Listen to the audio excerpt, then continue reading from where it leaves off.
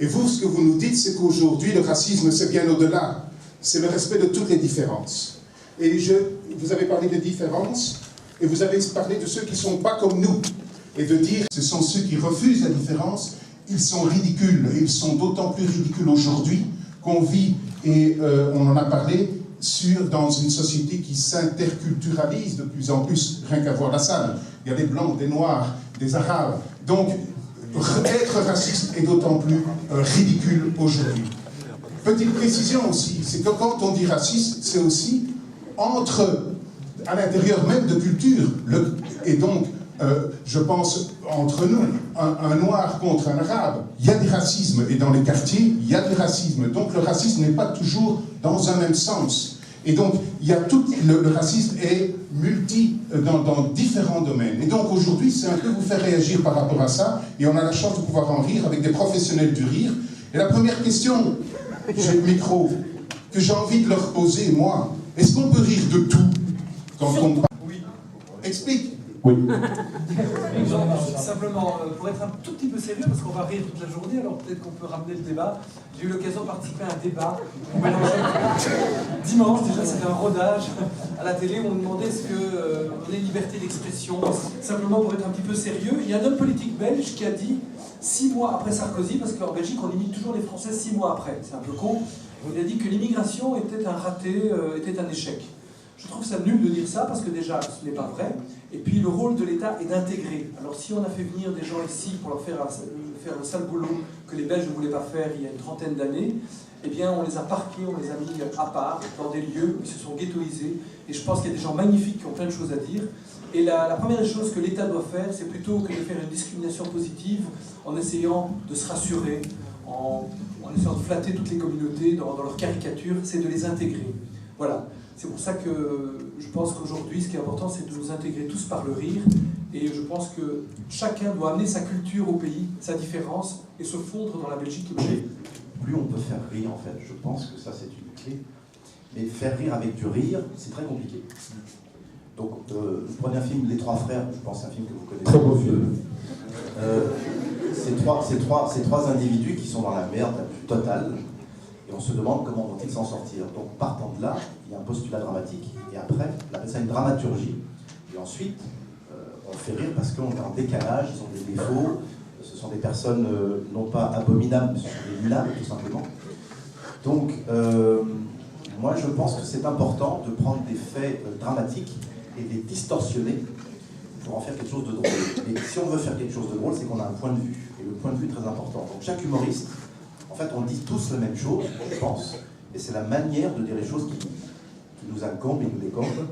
Mais, alors, maintenant, entre la moquerie et quoi vous disiez? Et l'humour. Et l'humour, je pense que la moquerie est un sous-ensemble de l'humour, mais l'humour, c'est...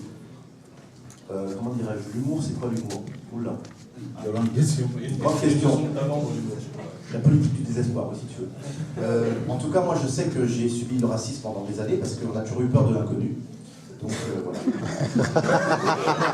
C'est que souvent, c'est les mauvaises personnes qui rient qui rient des sujets. En fait, il faut savoir, quand on veut rire du racisme ou de n'importe quelle différence, il faut juste le faire avec intelligence. Mais de la même manière qu'il y a des mauvais humoristes qui parlent du quotidien, on leur en veut pas, hein, les mecs qui oh t'as raté ton sketch sur les pattes, tout le monde s'en fout. Mais par contre, quand un mec il rate un sketch sur les juifs, là ça fait chier les gens. En fait, il faut juste.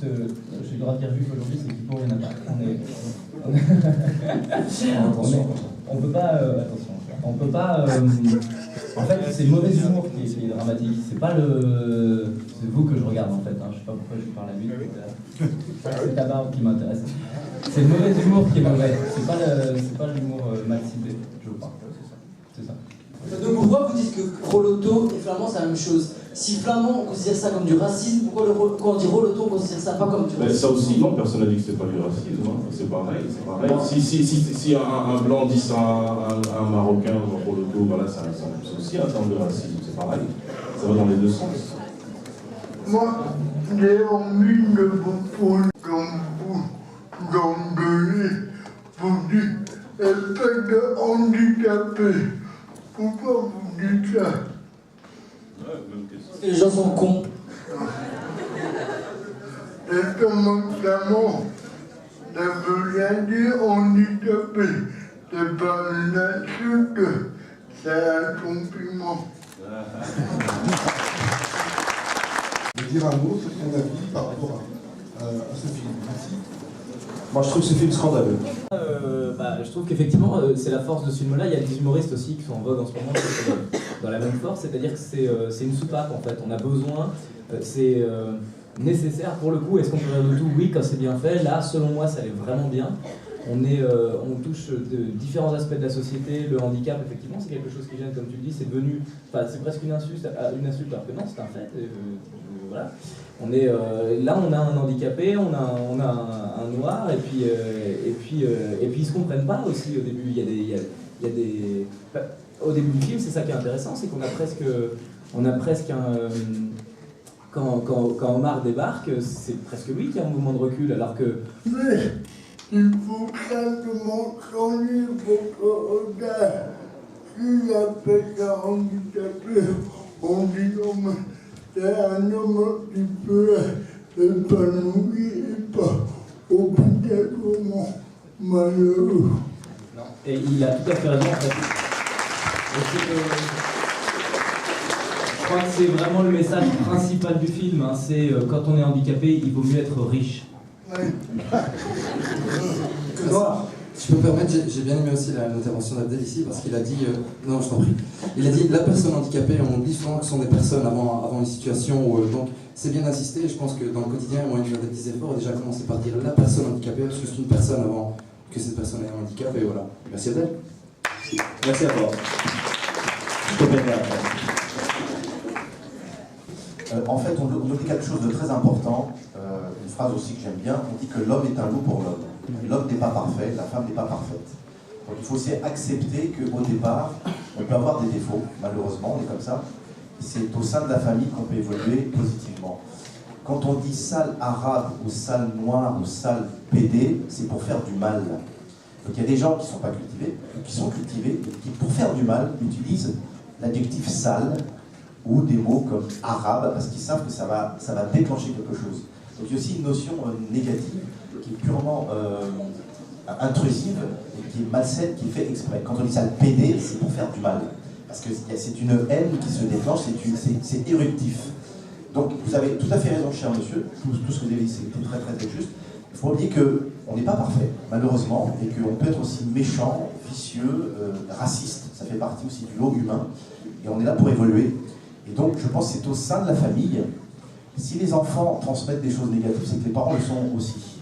Donc je pense que tout le travail doit se faire au sein de la famille. Voilà, c'est la clé du système. C'est pas forcément le chômage, c'est pas forcément plus d'argent en politique ou quoi que ce soit. C'est la cellule familiale qui est la solution pour moi pour résoudre tous ces problèmes.